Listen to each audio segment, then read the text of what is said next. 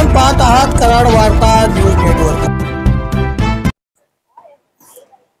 महाराष्ट्रात विधानसभा निवडणुकीचा निकाल आज लागणार आहे। आपण सध्या सातारा जिल्ह्यातील कराड शहरात आहोत। या ठिकाणी कराड दक्षिण विधानसभा मतदारसंघातील जे चुरशीनं मतदान झाले त्या मतदानाचा 20 नोव्हेंबरला मतदान झालेलं होतं आणि आज 23 नोव्हेंबर आहे।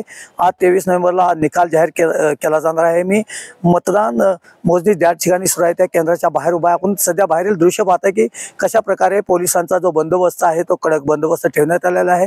प्रशासकीय यंत्रणा जी आहे ती सध्या मतमोजणीसाठी आतमध्ये सज्ज झालेली आहे आणि परिसरात जो तगडा पोलिसांचा बंदोबस्त आहे तो आपल्याला पाहायला मिळतो। एकंदरीत कराड दक्षिण विधानसभा निवडणुकीचा जो निकाल आहे या निकालाकडे संपूर्ण पश्चिम महाराष्ट्राचं लक्ष वेधून राहिलेलं आहे। यामध्ये महाराष्ट्र राज्याचे माजी मुख्यमंत्री कराड दक्षिणचे विद्यमान आमदार पृथ्वीराज चव्हाण तर दुसरीकडे भाजपचे अतुलबाबा भोसले या दोन दिग्गज नेत्यामध्ये तुल्यबळ अशी या ठिकाणी चुरस आपल्याला पाहायला मिळणार आहे। मात्र बाजी कोण मारणार हे आता निकालानंतर स्पष्ट होणार आहे। असलम मुल्ला, कराड वार्तासाठी कराडहून।